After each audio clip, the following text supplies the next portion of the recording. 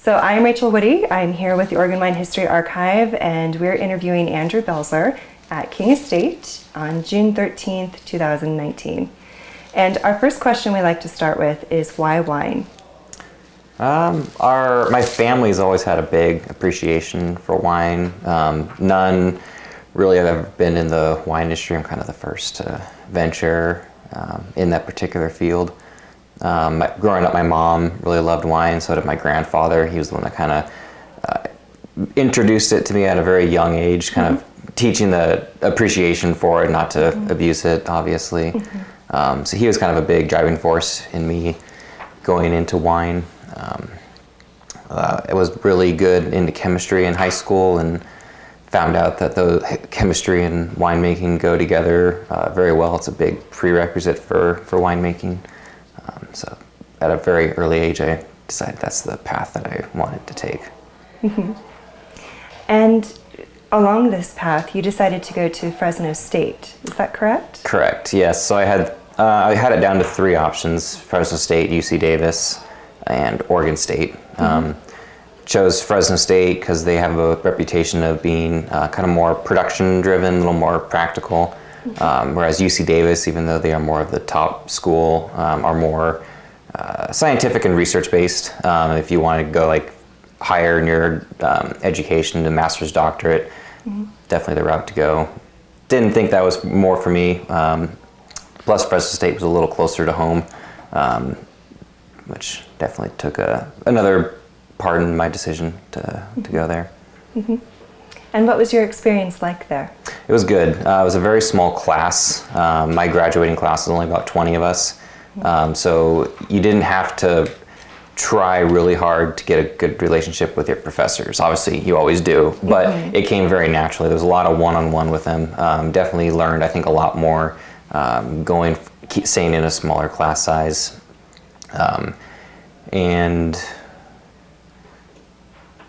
Sorry. That's okay. Can you repeat the question? Sure. Why? What was your experience like at Fresno State? Okay. Yeah. Sorry. That's okay. Yeah, so small class sizes, easy to get to know the professors. Another good experience there were the extracurricular clubs that they had available to students. The big one for me was the Enology Society of Fresno. Basically, it was a student-run organization that would put on technical, like professional tastings for student, faculty, and community members. It was a great way, as soon as you turn 21, of course, to be introduced to a broad spectrum of wines, especially wines that normally a college student couldn't afford to buy or ever afford to taste. So that definitely helped just developing my palate in general, kind of right off the bat. So that was a really great experience. And then the Viticulture Club, they do a huge fall harvest barbecue every year, and they're really involved with making a wine for that event. So I was able to get kind of hands-on experience with making wine on a little larger scale than most home fermentation goes. So other than that, great experiences. Did student assistantships where I was making wine on an even larger level, working with between 2 to 4 tons of fruit every year and doing research type winemaking. So overall, it was a very good experience, and I think it was the right fit for me, very hands-on. And then what was your path between attending Fresno State and then finding your way to King Estate? So my first experience with King Estate was in 2006. So I was 16, I was still in high school. My mom and my aunts, they all came up here for wine tasting. Me, my siblings and cousins could care less about that. So we were playing in the parking lot, and I just remember being awestruck by just the beauty of it, and thought, this would be something I'd want to do one day. So that was kind of my first experience with King Estate. And then fast forward 3 years later in 2009, we were up here again during the summer. That was the summer before I enrolled in Fresno State, and I found out the winemaker here at the time was a Fresno State grad, one of the first when they became their own separate department. Got in contact with him and just kind of started building a rapport with him and some other alumni. We were able to get a a summer job here working bottling line and in the cellar for a couple summers. And then after that, when I was finishing up my senior year, I was offered a cellar position. Took it, and here I am now. So when obviously you did a lot of formal education with Fresno State, and then you did hands-on. Was there mentorship or like continuing educational moments when you started in the cellar at King State to where you are now? Oh yes, every day I almost learned something new. Was it a sort of a team effort in terms of the mentorship, or was there perhaps one person you worked more with in terms of helping to grow your professionalism? Like what stage? Like, I know. Well, let's choose specifically winemaking, since that's your specialty at the moment. Early on, I really didn't have too much of a mentor. A lot of it was kind of on my own. I guess I would refer back to one would be when I was in school. One of our professors, Dr. Ken Fugelsang, he was one of the top leading enology professionals in the field. Definitely learned probably more from him than a lot of other people. He kind of shaped a lot of like my technical thinking, I think, that goes into winemaking. Touching on that, there's a lot of the technical side of winemaking, but there's also a bit of an art or philosophy to it. How would you describe your winemaking philosophy? Definitely, yeah. Like you said, definitely that blend of art and science, not relying too heavily on one. Because yes, there's always a certain style that you want to do, or your own take on a certain wine, but sometimes elements that are out of your control prevent you from doing that. And being able to understand the chemistry side and the technical side of the winemaking process kind of allows you to dip into both fields. With me, my style, it really depends on the type of wine. Being up here, I've definitely had a large appreciation for Pinot Noir, and for me, I like to treat Pinot, my own like stylistically, as almost a white wine.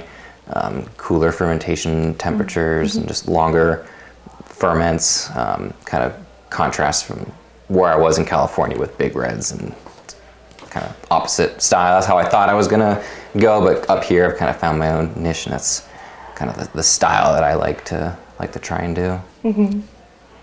And do you find that does the style evolve? Do you experiment? You mentioned you started out with the big reds just due to location. What was the transition like into working with Pinot Noir? Definitely different at first. That first like few years, it was hard to wrap my head around a lot of that stuff. But now it's actually definitely a lot easier now that I've had multiple harvests under my belt. Vintage also has a huge play on how you want to treat the wines coming in. I've been parts of warm, long vintages, warm, short, cold, very long, cold and rainy. So I definitely got a mixed bag in a very short amount of time, which definitely kind of helps me see how different styles work depending on the vintage, especially being up here in Oregon, where our climate's definitely not as consistent as some of the warmer climates. Related to that, what would you say are some of the challenges or opportunities working with this particular climate? Challenges would be weather, and a lot of it to do with also the varietal that we've chose to grow up here, which is Pinot Noir. It's a very finicky, temperamental grape, very prone to disease, being very thin-skinned. When you get close to harvest, there's many things that can go wrong, as with any grape. Pinot Noir seems to be a little bit more, and the fact that we're in a very cold, wet climate, a lot of risk for disease and rotten fruit. But some of the benefits being cooler is you can let the fruit hang on the vine longer without having to worry about your sugars getting too high or losing too much acid. This last year was a good example for that. We had high Brix, or medium to high Brix, but still really high acid, which for winemaking, that's awesome. So you can have that alcohol level right where you want it to have a nice round rich wine, but still the acid to kind of counterbalance that. Mm-hmm. And yeah, being up here in a cool climate definitely kind of gives you that to play with. Mm-hmm. Was there a moment or an event where you were like, yes, I'm going to be a winemaker?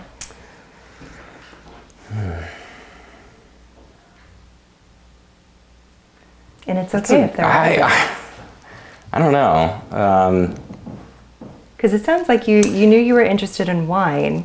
Yeah, I'd say after my freshman year, finished my freshman year. Actually, that first summer I didn't work up here. I worked at a small winery, Belzer Vineyards, actually just north of here. That was my first kind of job in the wine industry, and it was there kind of working on the very small kind of boutique scale that I guess you could say that's when I knew I wanted to be a winemaker one day. Mm-hmm.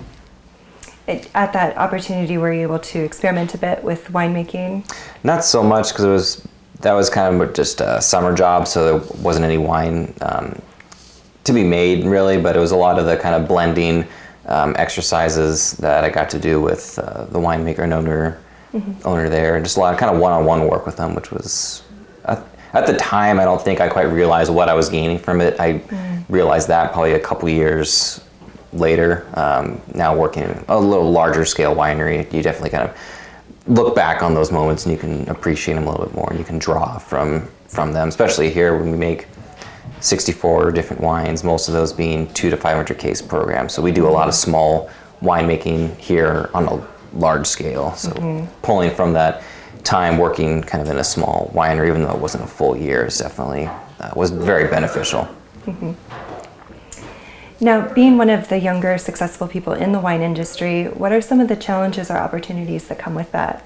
Probably just being the young. That's tough. Winemaking, or winemakers in general that have made it to full winemaker have been around for a while. People who are looking to hire winemakers, especially in more luxurious areas or luxury type wineries, want someone with a lot of experience. I don't have that yet, so trying to build that was a challenge, and I was very grateful and thankful I was able to make a winemaking position at such an early age, really quickly out of college. It's already kind of given me a step ahead than the normal rate, but that's probably the biggest thing, is not having that many vintages under the belt, where people expect winemakers to have a lot of vintages under their belt. And you touched on this briefly, but I'd like to circle back, and that's, what is it like to work at such a large production facility? Well, large for Oregon, I suppose, if you were. Yeah. I tell my friends at home, I work at a King. It's like, that's not big. Like, I know. Probably the biggest, at first it was a very big challenge, but at that time it didn't really affect me. At least it shouldn't affect me that much, because I was just in the cellar. It was just my job to move wine from one tank to the other, basically. But at the same time, I had a greater understanding of what was going on, why we did certain things that might not have made sense to someone who wasn't coming from a wine background. And I kind of knew what I was getting into coming here to a larger type winery. As a winemaker now, it's more just of a logistical type problems that are still tough to overcome and to figure out. Does that kind of answer that question? Yes, it does. Yes. So for you and in your current role, is there a typical day, and could you describe some of the things you do? Yeah, I guess right now I get here around 6:30, 6:45. One of my main jobs is to get here early, about 45 minutes to an hour before the bottling line fires off. First thing I do is I check to see, make sure the wine is in spec, write up any additions, especially like sulfur-wise, make sure it's at our target that we want for bottling. Go to the bottling tank, taste it, make sure it's good, ready for bottling, nothing happened to it, and within that 24-hour window, and then to sign off, make sure that the line's ready to go, making sure that the The swabs at the end of the line at the hot sandy are clean, that it did its job, that it's sanitized and ready to go. Then after that, I usually check free sulfurs from the day before for all the lots in barrel, write up any trims for that when the cellar crew kicks off. And then after that, it's usually monitoring our bottling targets and getting the right wine up to tank, making sure that it's cold stable, heat stable, making sure that the sulfurs even down in the cellar are kind of where we want it, so we don't have to do large sulfur adds upstairs in the bottling room. Writing the packaging work orders for the next day or sometimes a couple days ahead. Doing monthly tastings on our lots, more of a kind of a fault screening at this point. Maybe earlier on in the year, I'm doing it as a fault screening and as a kind of pre-grading, because we go through and we eventually grade all of our lots by accumulating grades monthly as we're sampling these lots. Kind of makes that big slug of samples when we are doing the final grades a little bit easier. I can go back and see, I like this lot 3 months ago, didn't like it so much the next month, but I'm liking it again this month, and just see if there's any like trends. Like if I see something like that, I tend to stay away from it, but if I see a wine that I've liked or I'm liking more and more, then I kind of flag that lot as a lot that I like, and kind of from there it's easier to figure out where you want to put it. So that's definitely a big part of my day, is like sensory and evaluation. Then another big one be writing up topping work orders. So we try and keep all of our barrels topped up every 3 weeks to 4 weeks. And because we do so many different designates and bottlings, we have 64 different SKUs, we have to keep a lot of the lots separate to stay compliant. So we basically treat each vineyard that we source fruit from as like the designate. We top a certain vineyard only with itself until it makes a cut, either going to the designate or to the King Estate blend. So that's been a little more involved, whereas before when we were only doing a couple designates, you only had a few topping lots, so it was a little less tracking you had to do. Now it's a lot more involved, so that unfortunately takes a little bit more of my time. And then I do a lot of the purchasing for the production or winemaking department, either that being additives, finding agents during harvest, a lot of the yeast and nutrients. Then I also do our barrel order every year, so that's meeting with our barrel reps, coopers, and putting together the barrels that we want, the certain forests, toasts, grains. We work with about 25 different coopers, ordering between 300 to 400 barrels every year. And right now, so all those orders are all in, and now it's just a matter of scheduling the barrels to come in. Is kind of the big thing right now. So that's kind of a typical day, I guess, in the off season. Right. Harvest is kind of a different beast. Usually the first thing you go during harvest, I've been working night shifts every year that I've been here. So like for me, when I come in, usually all the red bricks or sugar levels are coming out. So the first thing that I usually check is just checking the fermentation curves, making sure there's no fermentations that look risk for stuck fermentations. Checking to see where the bricks levels are currently, so I know what nutrient add to do. We tend to do between 2 to 3 nutrient adds depending on the nitrogen levels of the must coming in for the yeast. So I usually do that and then write up any nutrient work orders for the cap management crew, because usually our Redford manager will have all the cap management work orders written out, and you want the ads to be able to go with the cap, so you can mix as you're do the ad and then punch down or pump over, so you get it mixed kind of in one shot.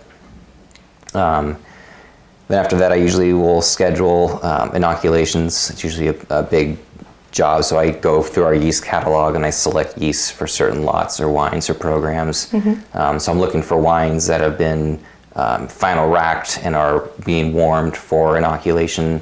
For red wines, anything that's been 3 days cold soak, if those are at 3 days, scheduled to be warmed and inoculated. Then usually after that, it's monitoring incoming fruit. Fruit comes in the yard, you got to make sure that it's what you're paying for. You got to check, make sure there's no rotten fruit coming in, make sure it's the right fruit, right block, kind of starting to grade the fruit as it comes in. A night shift, we don't get quite as much fruit. We get more off the estate at nights. Most of it comes in during the day. Any late reds that come in, I then will write work orders to process it through our red line. If it's Pinot Noir, we'll look and see if it's very clean fruit with lignified stems. If so, we'll maybe have a lot be partial whole cluster. And then making sure that there's obviously tanks to process into.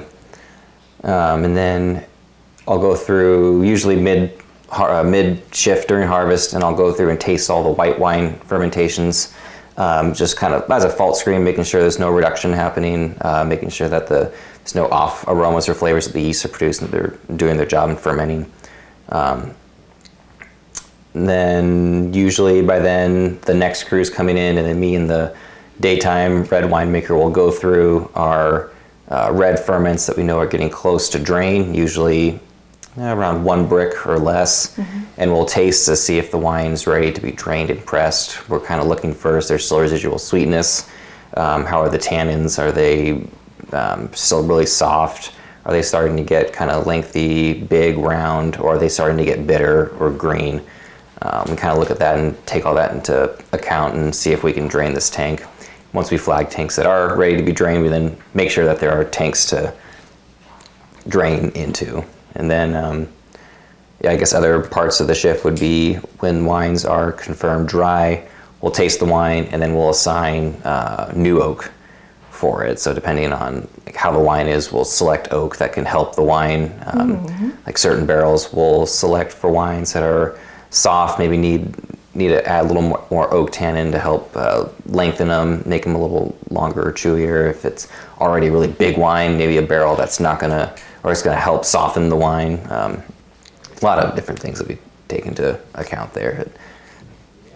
It's probably a good snapshot of harvest. I could probably go on for hours more talking about what a day in harvest is, but that's kind of the gist of it. And it sounds like you're pretty intimately involved in a lot of the decisions on the ground at every point. Yeah, we definitely, as a winemaking team, there's 4 of us. We all have our specific jobs, either in harvest or in the off season, just so there's not a lot of crossover, but we definitely do still keep our hands in all the other pots, because it is definitely a lot of stuff going on. You need someone double, triple, quadruple checking what you're doing, so you don't pump something into the wrong tank or miss a decimal when you're doing a certain ad, or so there's, even though we have our set jobs, we're definitely all overseeing kind of everything that's going on. Of all of the things that you chronicled for us, do you have a favorite, or do you sort of enjoy the variety of all of it? My favorite, it's probably, I really like tasting for like the end of ferment, even though it's usually when the wine's really young and raw and can be really overpowering. To me, that's kind of the make or break point right there. So it can be a little bit stressful, but at the same time, it's like that's where you're defining most of your style is, especially for reds, that 1 to 2 week period when it's on its skins. It's a big portion of how that wine's going to be, is that very short period of time. And then when you cut it down to those 1 or 2 days where the fermentation's done and you're getting that last bit of extraction from the skins, it's kind of where you can put your own kind of spin or your own little artistic twist on the wine right there. If you want to let it wait a few more days or wait another day or even hours sometimes. A lot of times with wines we'll taste it and think it's really close, and we'll go back like halfway through the day, taste again to see if it's ready to drain off the skins, and that's probably my favorite part of the job. Off season, I definitely really do enjoy the blending season. Which is probably another point in time where you're able to put like your signature twist on. Yes, like right now, that's kind of what we're doing. So when it comes to putting the blends together for the King Estate or the flagship wines, you have to, you can't put your own twist on that. You have to keep that consistent. You got to think about the majority consumer that you're making that wine for.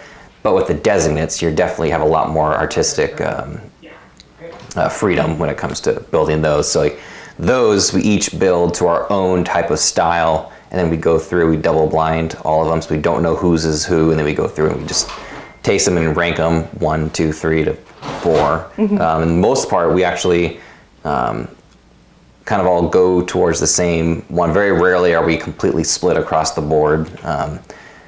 Let's see, this year so far only one lot. We've been on complete opposite ends of the spectrum, and we've had to have other people come and kind of do the tiebreaker. We have quite a lot where we always line up. What advice would you give someone who's looking to enter the wine industry? Get ready to get dirty. If you want to get in the wine, especially in the production side, earlier on there's going to be a lot of just grunt work. A lot of winemaking is cleaning, dragging hoses, moving heavy pumps, digging out tanks. It's a dirty job, for sure. Long job, hard job.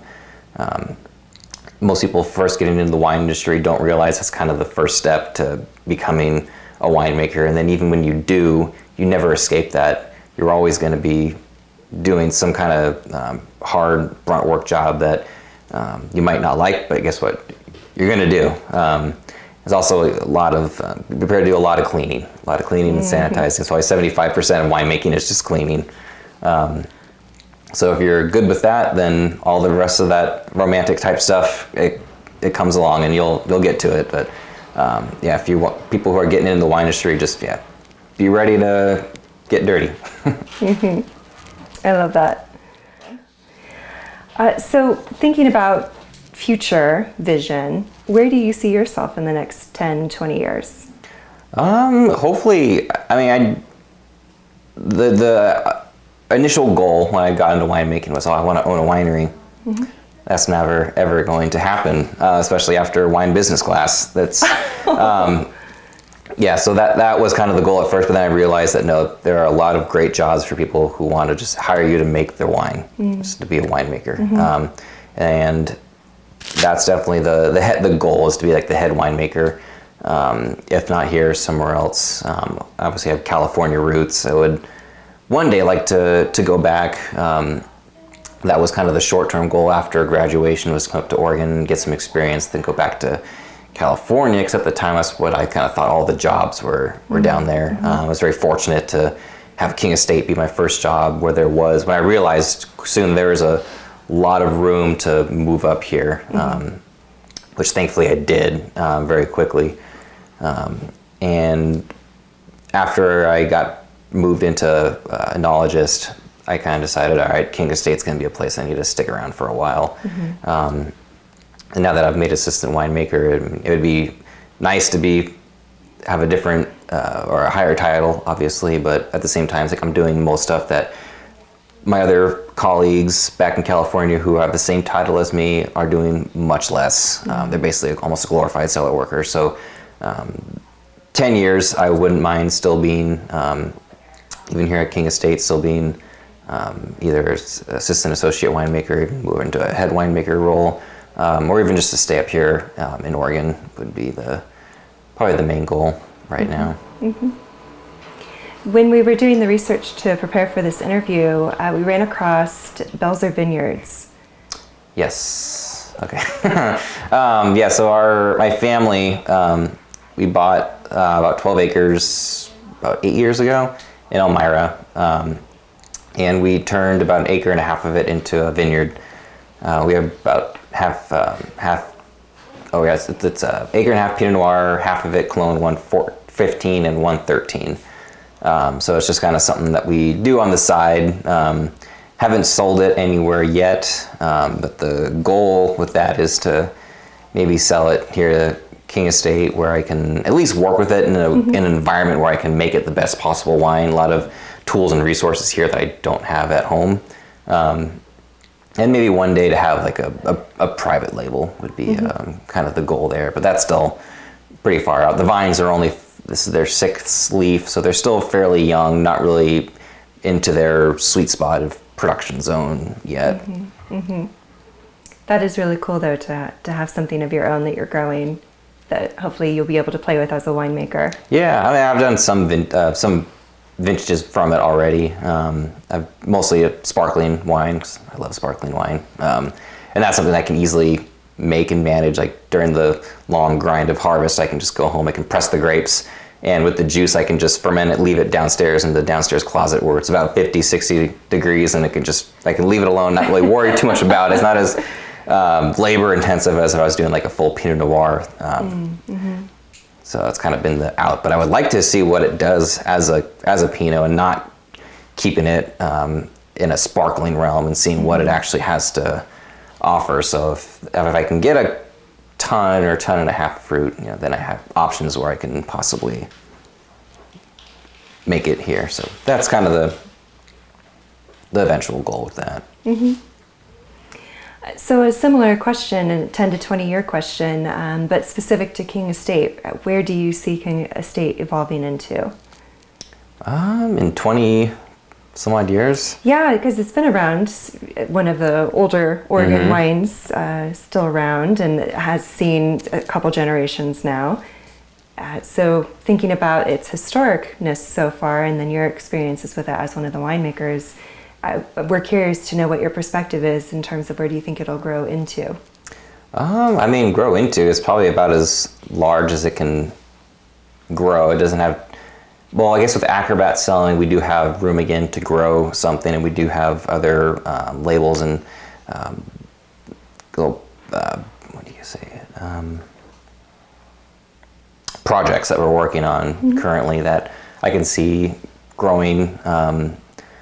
But I would say in like 20 years, I think it's right now where we're at, it's a really great spot. I mean, we're kind of almost ambassadors for the Oregon wine industry.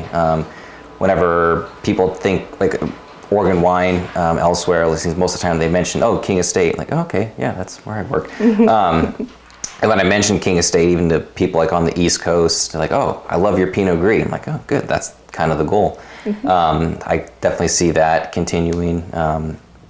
I just think, I think in 20 years we'll probably be maybe a little bit more of the same, maybe a few different portfolios or different labels in our portfolio that we're currently working on. I can see doing very well in the near future. So.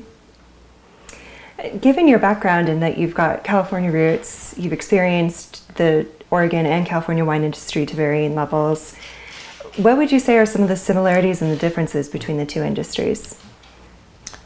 Similarities, differences might be better. Sure. I think a lot of it's the attitude down there. It's more of a rat race for sure. A lot faster moving, people jockeying for positions all the time. Up here, it's definitely a little more laid back. I think a lot of that too is because there's not quite as much in terms of like of the wine presence in Oregon than it is in California. Another big difference, definitely the climate for sure. Even though Southern Oregon is still very warm, it's still not quite as warm as some of the other warmer sites in California. Even some of the cooler sites in California are pretty warm. So I think that kind of style definitely plays a big part in it. Oregon tends to be more, a good example would be like Chardonnay, Oregon Chard versus California Chardonnay. California Chardonnay is still that really big, round, rich, oak dominant type Chard, which it's fine if you like that style. I honestly don't mind it. I like both. But with Oregon, it tends to be more less oak driven, more varietal driven. So usually with Oregon Chardonnay is going to be a lot more acid. A lot of Oregon producers, besides doing lower new oak percentage, they tend to do part barrel and stainless steel fermentation. Here at King, we actually do a little bit of that. We do oak and barrel ferment. And we don't usually go full malolactic or secondary fermentation. We'll do maybe half the lot will go through secondary and the other half won't. Whereas like California, it's mostly all goes through secondary. That's where you get kind of that buttery roundness in Chards. Yeah, probably the biggest difference would be like the acid retention being cooler. We get a lot higher acid retention in the wine, whereas California, they're going to get less of that. So you're going to get kind of more round, rich, fleshy, fruit-forward type wines down there, whereas up here you can get maybe a little more of the leaner, acid-driven style, where it's not quite as fruit forward, more of those like secondary, tertiary flavors being earth, spice, and even like graphite, or just like less, less just fleshy, big fruit wines.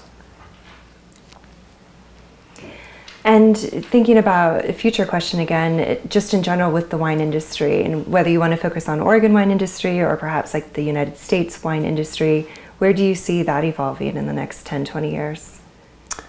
I mean, like the industry in general? Or? Yeah, as a whole, yeah.